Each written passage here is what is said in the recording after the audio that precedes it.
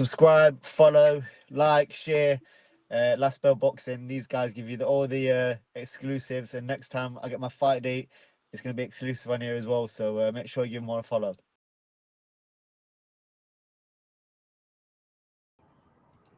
Welcome to the latest special of Last Bell Boxing, joined by legend of the game, Roberto Diaz. Thank you for spending some time this morning, Roberto. Carl, thank you for having me. I'm excited. Congratulations. 1,000 episodes, man. Thank You're you. killing it, and keep going. Here's to 1,000 more. UK's number one. And we're also joined by Brett, all the way from Canada. Brett, thanks for taking time out of your morning. When you started off with joined by boxing legend, I started getting a bit like, oh, that's a nice intro. That's a nice intro. Obviously, there's only one legend on this show today. Yeah, thanks for having me. I'm really excited about this one. Yeah, Roberto's an A-lister. I'm not sure where me and you are, mate. We're not quite that high up the alphabet. You know, I'm a little jealous though, but look at his background. That's beautiful. Look at that weather. Now I see why he left the UK, because you're indoors. That means it's really cold out there. And look at that. He's outdoors, sunny.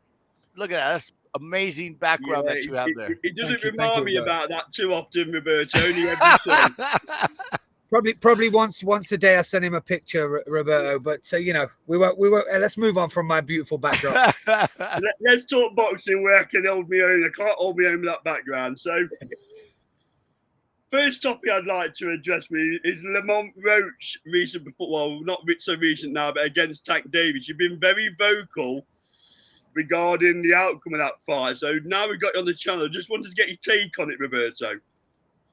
Well, like you said, I said it before the fight. Look, give him his respect. A lot of people sometimes, especially in boxing, we tend to jump the gun and discredit or it's a miss.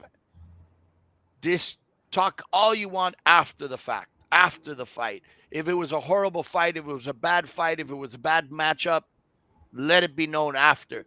But don't kill it before you've seen it, because it happens a lot, you know, where fans or media discredit a fight, but they don't know what goes behind. There's a lot of hard work from these young fighters. Tank is one of the best pound for pound fighters, one of the most exciting fighters. And I said it before, he still has to be held the same way after the fight, regardless of what happens. Just give Lamont his due after, because I was very confident. And I'll tell you, the confidence didn't just come from me. It came from Lamont. He was confident from the moment we discussed the fight.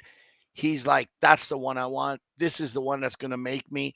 And, you know, it reminds me, I always go back to the past, and it reminded me a lot of Barrera before he faced Naseem Hamed. The odds were stacked against him, but Barrera believed he can win. And when a fighter believes he can win, that's a tremendous advantage. And Lamont always believed he could win. Now, obviously, the night of the fight, we go in, and you kept reading and hearing how it wouldn't go past 5 rounds or 6 rounds, or by the 7th or 8th, he would be knocked out. And he was going through the rounds, but not only going to the rounds, backing up Tank, backing up the little mini Tyson who knocks everybody out, gaining the respect, dropping him. A count starts. Halfway through the count, it ends. There's confusion.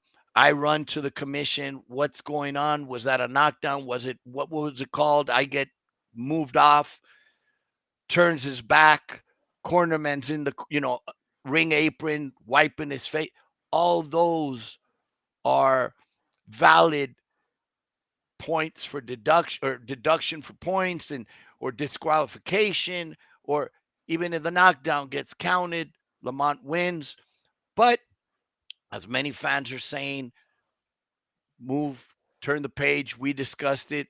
Let's get the rematch. Let's push for it, and let's make a wrong make it right. And I'm hoping that soon we hear for a rematch, we get it done, and then Lamont will become 2-division world champion. And again, Tank should still be one of the best pound for pound. It's just styles make fights, and this is the style that Tank won't be able to deal with.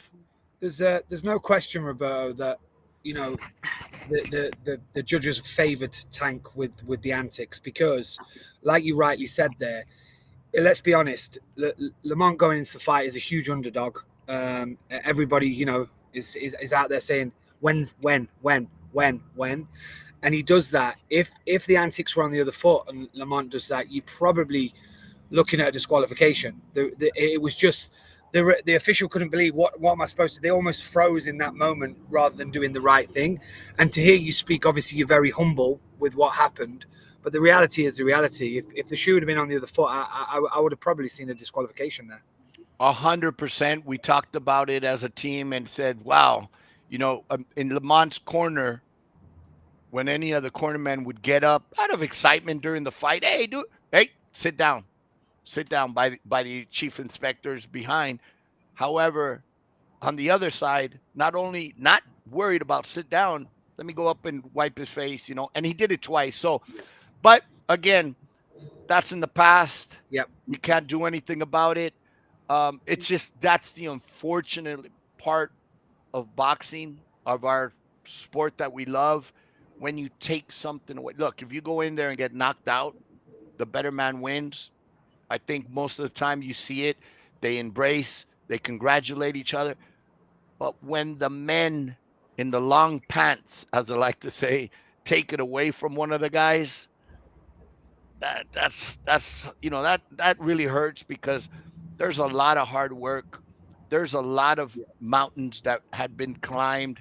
You're not supposed to go the distance. You're not even supposed to be competitive. Not only are you competitive, but you win. Even without the knockdown, a lot of people saw Lamont win. But when they take it away from you, like Lamont said, it's not even about the money. It's about going into the record books. Had he been given the decision that he deserved, not given it to him, but that he deserved, today, 2-division world champion, the first man to beat Tank. So that you can't take away. If he retires tomorrow, that's already in the books. But again, now it gives him more motivation to go and do it and make sure that this time it's very clear. And I think the fans now will give him the respect, whether they're on his side or Tank's side. They know there's a real fight coming. So stay tuned. Hopefully we have an announcement very, very soon. I was going to say, Roberto, out of 10, how confident are you that Tank wants to run that back? I'm not too confident. He should have been calling out for it. But I mean, look, I like Tank. I've known him. I followed his career. I've seen his fights. And like I said, I think he's one of those most exciting fighters. Now, I won't say that he had an off night. Not at all. I know he was prepared. I know he knows what he has in front of him when it comes to Lamont. They know each other from the past. Not only did it bring one of the best trainers in boxing, he brought two of the best trainers in boxing. So he came with his guns prepared, but he didn't expect what he had in front of him. Even though he knew him, he didn't expect. I mean, there was a lot of talk during the fight, back and forth. Lamont never backed down, and that's just who Lamont is. He said it before. I'm that guy. I am him. Yeah. Fingers crossed he gets his just desserts and gets a rematch. Just moving on to another fight that's close to your heart, Canelo. Obviously, Canelo versus Crawford coming up in September. No doubt you'll probably be there in Vegas, Mr. Diaz. Give us your breakdown this fight. There's a lot of comments flying around that Crawford all of a sudden going to dominate Canelo. He looks bigger than people thought he was. Canelo's on the slide, which we've been hearing for the last 3 or 4 years, and it doesn't come to fruition. So, give us your thoughts regarding how you think this fight plays out. It's a very risky fight on Canelo's side. It's a very risky fight, and again, I'm not the promoter. I'm just telling you. I'm first and foremost, Crawford's a hell of a fighter. He's a hell of a fighter. He reminds me, and I've said it before, he reminds me of the fighters from the past, a throwback fighter, and more precisely to a Marvin Hagler. Here's a guy that can switch, southpaw, orthodox, very high IQ, obviously undefeated, multiple division world champion. But again, a risky fight. Why? If Canelo wins, whether knockout, decision, clear cut, whatever, oh, you fought a smaller guy. If he struggles, oh, you struggled with a smaller guy. And if he loses, oh, you lost to a smaller guy. So it's really a no-win situation for Canelo and nothing to lose for Crawford. When you go into a fight, again, goes back to Lamont and Tank. And no pressure on you except that you want to win, and that's Crawford. He's a guy that wants to win. Legacy is important. Yeah. But all the pressure is really more on Canelo than it is on Crawford. Just imagine the fight night. Probably 80% of the fans are going to be there for Canelo. Mexican fans cheering him on. Less pressure on Crawford. So it is a tough fight. A lot of has been said about the weight. Yes, Canelo has fought at that weight for a longer time. He's adjusted to it. However, Crawford and Canelo physically are about the same. And you mentioned it, Crawford might be even a little taller, bigger. It's not like you're fighting a naturally bigger guy.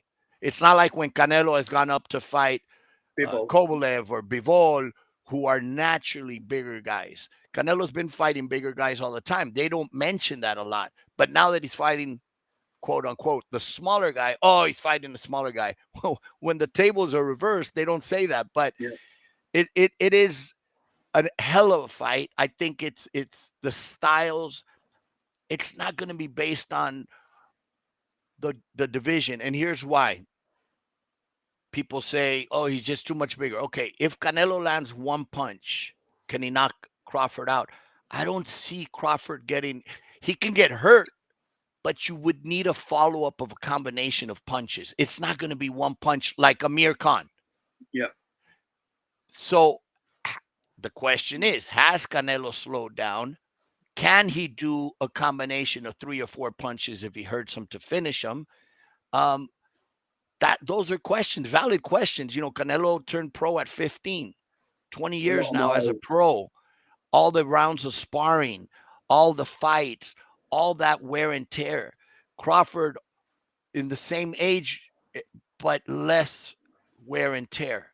So, you know, it is I'm excited about the fight as a fan. I think what we're seeing already coming into it is a lot of energy with the promotion. Dana's first fight, the stadium. You guys are used to in the UK stadium events. We're not too used to it here because we lose a lot of times these events that could be in a stadium to the casinos. So this is really an event that I think will excite people. Being in the stadium in Vegas, you're going to have everything. You're going to have fire. U.S. against Mexico, especially at this moment in time, with everything going on. So I think it's going to create a lot of energy. The promotion's just going to get more and more exciting. And I think at the end of the day, we will talk about this fight as we do Duran against Leonard. I see it in that atmosphere. However, obviously, I have the T-shirt of Canelo, so we have to always 100% back him. And but I do see a very interesting and a very good fight.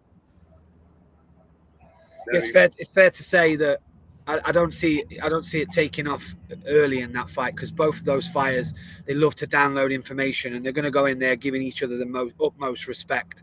So it'll be very cagey. But I'm thinking, you know, as a fight fan, I'm excited to see what round 4 looks like once they've downloaded that information, once they've touched each other, once they've found the range. And I honestly feel like we're going to see a classic here, and that will probably spiral over into a rematch. And you know, so it's going to be good for boxing, I think. I agree with you that, you know, I mentioned Leonard and Duran, but and right now with you saying round 4, could it be Hagler and Hearns? You know, Canelo's always said it takes 2 to dance, right? And obviously in his last fight, we saw that his partner didn't want to dance. No. However, I do envision. I mean, I think Crawford's going to be very smart not to engage. Let me box. In the past, Canelo's had a little bit of difficulty with the mover and the boxer, but I don't think he'll run. I think if faced into a trading, Crawford will try to trade to see how he feels and how to gain a respect or to try to get a momentum, and that could turn into a firefight as well. But that's where you could see those similarities between those two fights and what we have coming in September. I do agree with you. I think we're going to see a hell of a fight. Yeah. And who knows? It could turn into a trilogy. Yep. So next topic then, Roberto. This one's a bit of a Marmite question, if that transfers into North American language. I don't know. Jake Paul. Obviously, recently fought Chavez Jr. What are your thoughts on him being ranked in certain governing bodies? I don't want to get you in trouble here, obviously, but what are your thoughts on that? Look, I'm probably a minority when it say I'm okay with it. From the beginning, I haven't been a fan of watching, tuning in. However, I'm like, you know what? Whatever. I'm not interested. I'm not going to watch. And at the beginning, I kept saying, as long as a YouTuber is fighting other YouTubers and it's good for the fan base of the YouTubers, I'm okay with it. But when YouTuber wants to fight a real fighter, I wasn't okay with it because somebody's going to get hurt, and it's not the fighter. However, over the last couple of years, I got to give this guy credit. I got to give him credit because he has improved. He's promoting, maybe about a month ago, I was on a podcast and they asked me, who's the best promoter in boxing today? And everybody expected me to say one of the top promoters. And I said, Jake Paul. And they said, why? I said, here's a guy who maybe 3-4 years ago, boxing wasn't even on his mind. And what is he doing today on the biggest stages and bringing so many eyes to Netflix or DAZN or whatever platform he's on?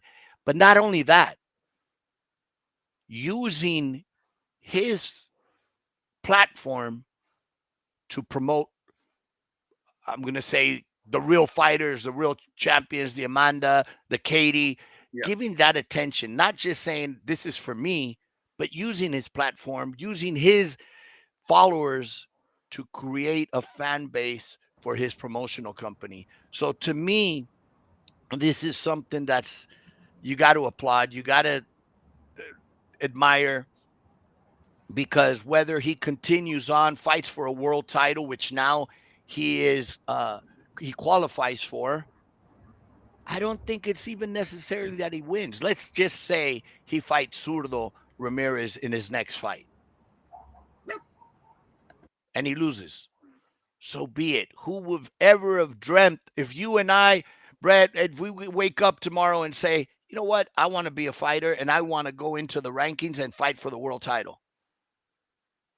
All three of us together probably wouldn't be able to get it done, because it's crazy to even imagine it. And to start this late in the game and now be this close. I don't even think it's about winning the world title. I think it's more of sending a message to the world saying, if you propose it, you put it in your mind and you go for it, nothing's impossible. And then again, that's the positive thing about it. And he's not supposed to win if he fights for a world title. Yet if he does win, he's been clever enough, though, Roberto, in the sense that at some point, himself is going to hit a wall that he can't get over, because it will only go so far because of the commercial value. There's only so many times you can see him fight a washed up UFC fighter or whatever. I mean, it will. But one thing, what you said there, I've been banging the drum for this. Whatever he's doing in the boxing scene for himself, fine, sure, whatever. Brings eyes on the sports, no problem. Not for me, same as Carl, not really for us. However, the promotional side of what you said there is absolutely genius. Yeah. He's looked at the Saudi market and saw what's going off there. And at this time, they're obviously they're getting a little bit better, but they're not ready for women's boxing right now. to the magnitude of what they are spending on the men fights. So Jake's gone, hold on a minute, because women's boxing is actually flying right now with the names that we've got. So he's put all his eggs in that way. And so I think what he's done is very cleverly, he'll be in boxing forever now. And he will hit the shelf at some point. But as a promoter, I think he's going to become one of the biggest promoters in the world. Yeah. You're absolutely right. You hit it right on. And that's what I'm saying. He uses his platform right now to get into Netflix, to get into the zone, to get into, without him, if he would have done the traditional, I'm going to get my promoter's license. Hi, I'm Jake Paul. I got 1 million followers and I signed all these fighters. Let's just say outside of Amanda, nobody else knows the rest of the fighters. It would have been hard to get a contract with any broadcaster. However, I'll bring all the attention. I'll get a deal done with one of the broadcasters. I fight for the world title, win, lose, or draw. I'm out into the sunset. I've done what I was supposed to do or try to do. But now I've laid the ground for my promotional company. And you're absolutely right.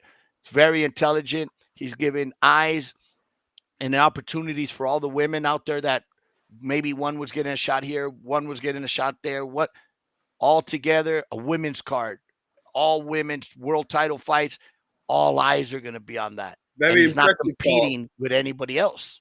It's a very impressive card as well, isn't it, Roberto? Let's be honest. Yeah. On Friday night. If you and look, I have Camarón Cepeda is one of my guys that I signed many years ago when I was at Golden Boy. Loved the kid, followed his career, big fan of his. But Friday's card and Saturday's card, where's all the attention going? Yeah, it's a trilogy that Katie has won 2. When do we normally see a trilogy when one fighter's won 2 out of the 2 fights? Rare, but it's such a big fight. I think everybody's tuning in because even if you're not a fan of Amanda or a fan of Katie, you're going to tune in because you're a fan of boxing.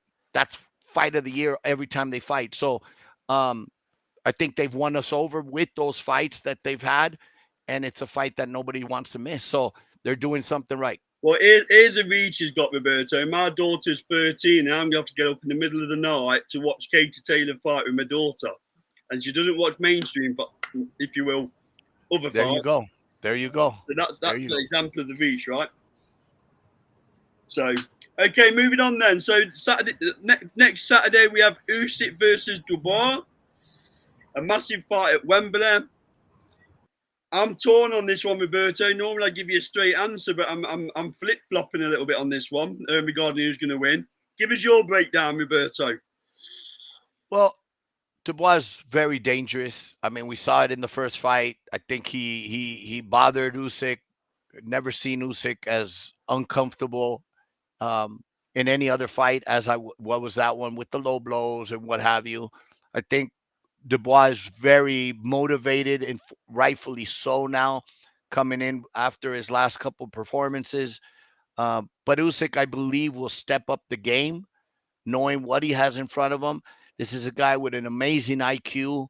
I mean, beating AJ and beating Tyson Fury. No disrespect to Dubois. I think his time will come, but it's not now. I think Usyk wins a unanimous decision. Very interesting. What are your thoughts on that one, Brett? What's your prediction?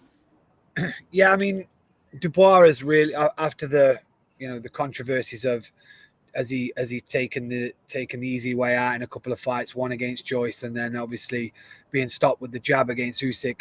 You start to question him, but I think the young man's rebuilt his career unbelievably well. He's gone back. He's got his confidence back. Beating AJ in front of 90,000 people in the magnitude that he did. He'll go into this fight brimming with confidence. But as you just said there, Roberto, the boxing IQ of Usyk to figure any situation out.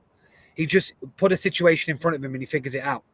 And so if Dubois is going to set about him like Derek Chisora set about him, he's going to jump on him like he jumped on AJ.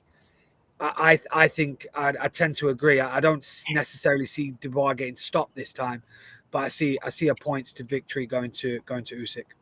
But he might put him in trouble. he might catch the whiskers in this one. He might finally land on Usyk, and we'll see what Usyk can do after that. But and I know there's talk of this trilogy fight with Fury, but I wouldn't be surprised. Shoot me down, both of you, for this. I wouldn't be surprised if he wins this in beautiful fashion and retires from the sport. Usyk. I think I don't know what Roberto thinks. I think it's a smokescreen talking about Fury versus Usyk for you to get a few more dollars out of Mr. Turkey Al Sheikh. I would suggest. I think the logical part there is, obviously, if I had a control over it, I would do Fury against AJ in the fight that we've all been waiting for, especially you guys over there in the UK. Yep. Massive fight, and the winner goes on to fight Usyk one more time because they both lost twice. So now let's do a face-off. The winner, that's the consolidation fight. You go get that world title opportunity. From a boxing management perspective, Roberto, would you be telling AJ and Fury to have a warm-up fight before they jump in together? It's tough because management-wise, I would say no. And the reason is we've seen these more warm-up, tune-up fights in the past go wrong. And if that's something that can happen right now and be so big, why risk it? A cut, an injury, a defeat. I mean, Dubois was supposed to be a tune-up. Yep. Does it affect AJ's and Fury's legacy if they don't jump in together? I don't think so. I think it's a natural. I think it's something that they both have to do before it's over, which is coming close. I think Tyson's latest retirement was really more of, you guys are going to be dying to see me once again. I don't think it was really for us to believe he was going to retire. It's more of when I come back and announce it, people are going to be like, oh, wow, one more time to see him. We've seen it in the past be done like that, Mayweather. But I really do think that that's a fight that has to happen. I think both of them need to start really looking in their own direction.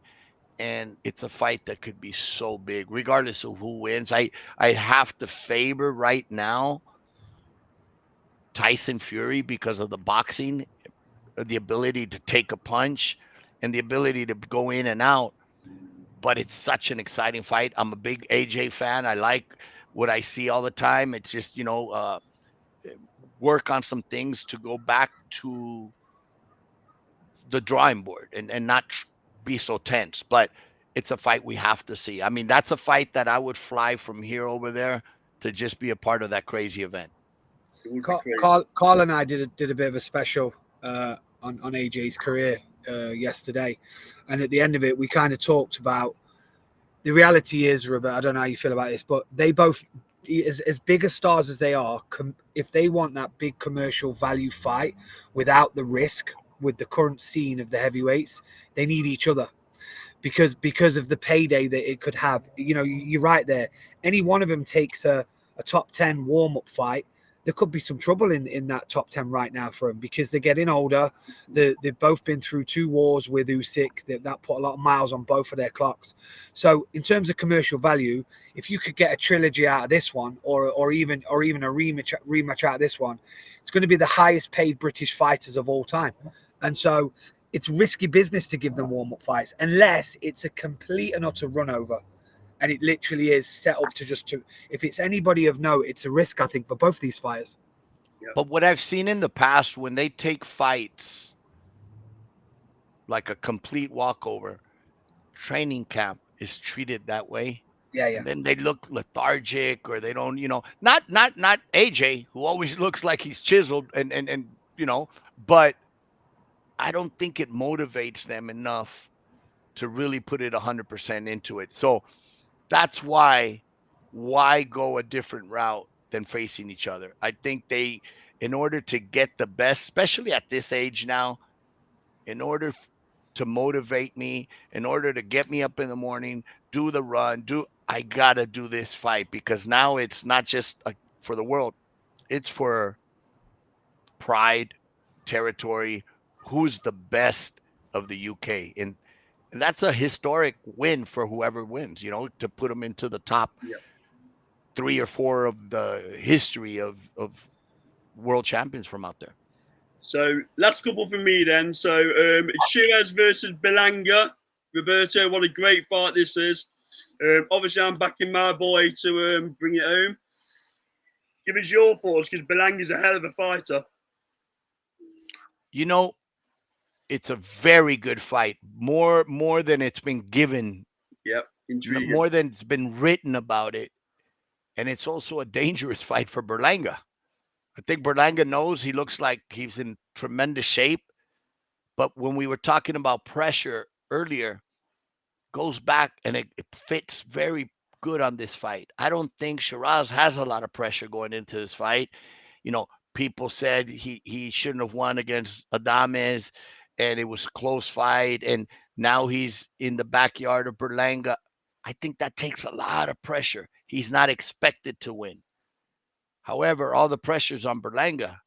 You've talked a big game, and now you're in your backyard. That adds pressure. You've added it onto yourself, but I think Berlanga thrives on adding that fuel to himself to make him perform. But again, styles make fights. I see Shiraz using the height, using the reach, big plus in his corner.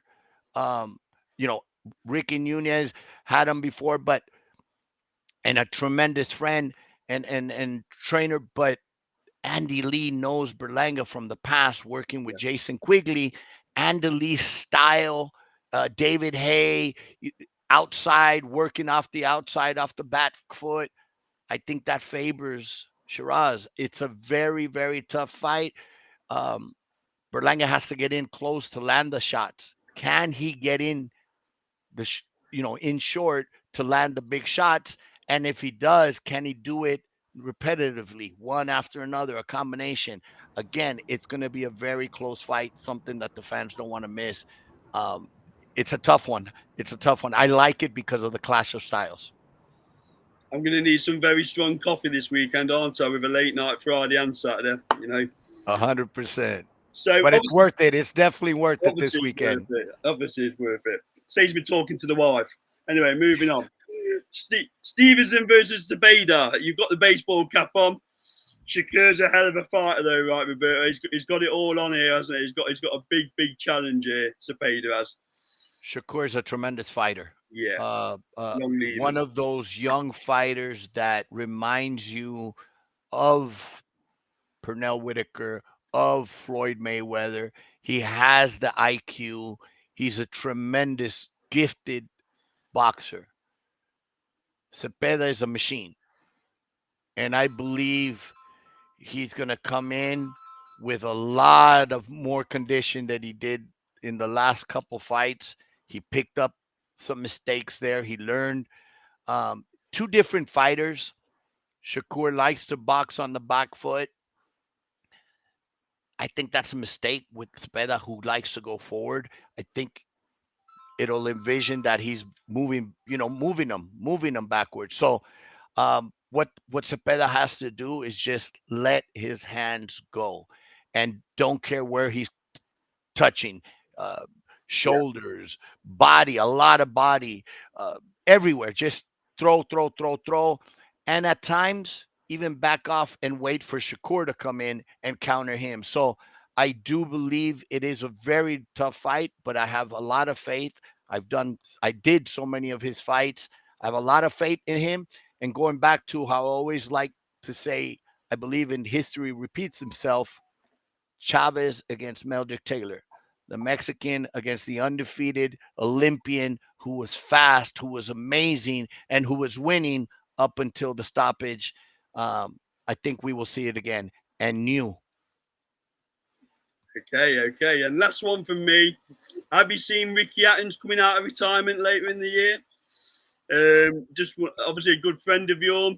Good to see him looking well, though, right? And if it helps his health, then, but where do you stand on these fighters coming out of retirement, Roberto? I completely understand it. you know, a lot of times the fans believe it's a money situation, and a lot of times it could be a lot of times, but in certain fighters, it's the adrenaline missing, the love of the Yeah. fans, the cheering of the fans. Ricky seems to be in an amazing place now and happy, but if you're training and you're feeling good and he's working with the fighters and moving and, you know, worked with Campbell and worked with Jack, and what the heck? Why not? If I'm in great shape, I feel good. You know, it's until they step in the ring when they realize, it's not there anymore because Father Time is undefeated. However, it's not like he's fighting a current world champion or an active world uh, level fighter. So, um, I don't know. Correct me. Is it exhibition or is it? No, by all accounts, it will go on to his professional record. Okay, I didn't know that. I didn't know that. I Yeah, just saw the news yesterday, and you know, as a friend and as a fan, I may see you out there in December because there's only one Ricky Hatton. yeah, and the guy he's fighting, I've not heard of. I'll be frank. Is the same age as Ricky as well. So See, so that gives, it's like when we saw Ricky and Barrera. That was obviously an exhibition, but when they do it, you know, I talked to Ricky a couple years ago when I was out there, and we were talking about how Floyd goes and fights non-fighters yeah, and it's like, I always believe that if a fighter's going to come back, and I mentioned it to Ricky, is okay, do an exhibition, do a on-right fight against someone similar, like Ricky against Miguel Cotto, which we discussed amongst both sides for a while, or Ricky against Marquez or against Morales, or, you know, whether it's an exhibition or a full-on fight, but something that was at the same level. I am not familiar with his opponent, but if it's somebody who doesn't have that experience and same age, we got to give it to the Manchester Mexican. yeah, we do. Okay, Roberto, I'll bring the show to an end there. I want to go on record thanking you for all your support on the channel over the previous couple of years. Much appreciated. Hope you enjoy the rest of your day.